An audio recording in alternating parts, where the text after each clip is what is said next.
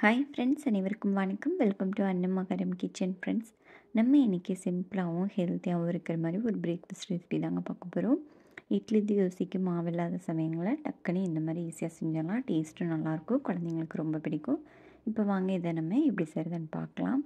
இதுக்கு நான் 3 medium size உருளைக்கிழங்கு எடுத்து வச்சுருக்கேங்க.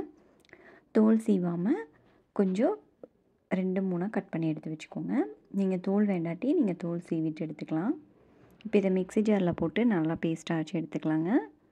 பாருங்கள், இந்தளவுக்கு நல்லா பேஸ்ட்டாக இருக்கணும். தண்ணி தேவைப்பட்டுச்சுன்னா கொஞ்சம் சேர்த்து நல்லா அரைச்சிக்கோங்க. இது ஒரு மிக்சிங் பவுலில் மாற்றிடலாம். மாற்றிட்டு இப்போ அதே மிக்ஸி ஜாரில் 2 தக்காளி எடுத்துருக்குங்க. அதையும் சேர்த்து நல்லா அரைச்சி எடுத்துக்கலாம். டேஸ்ட் ரொம்ப நல்லாயிருக்குங்க. டிஃப்ரெண்ட்டாகவும் இருக்கும், ஹெல்த்தியாகவும் இருக்கும். கண்டிப்பாக ட்ரை பண்ணி பாருங்கள்.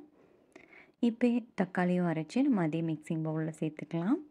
இதில் காரத்துக்காக சில்லி ஃப்ளேக்ஸ் சேர்த்துக்கோங்க. இதுக்கு நீங்கள் மிளகாய் பொடி கூட சேர்க்கலாங்க. அது சேர்க்கும்போது ஆனால் வாசம் வரும், மிளகாய் பொடி வாசம். அதனால் சில்லி ஃப்ளேக்ஸ் சேர்த்துக்கோங்க. அப்படி இல்லைன்னா நீங்கள் பச்சை மிளகாய் கூட பொடியாக கட் பண்ணிவிட்டு சேர்த்துக்கலாம். ஒரு பெரிய வெங்காயம் நல்லா பொடியாக கட் பண்ணி வச்சுருக்கேன், அதையும் சேர்த்துக்கலாம். உப்பு தேவையான அளவு சேர்த்துக்கோங்க. 1/2 டீஸ்பூன் அளவுக்கு மஞ்சள் பொடி சேர்த்துக்கலாம். இப்போ இதுக்கு நான் 1 கப் அளவுக்கு கோதுமை மாவு எடுத்துருக்கேங்க. இது 300 கிராம் அளவுக்கு இருக்கும். இதையும் சேர்த்து நல்லா கலந்து எடுத்துக்கலாங்க.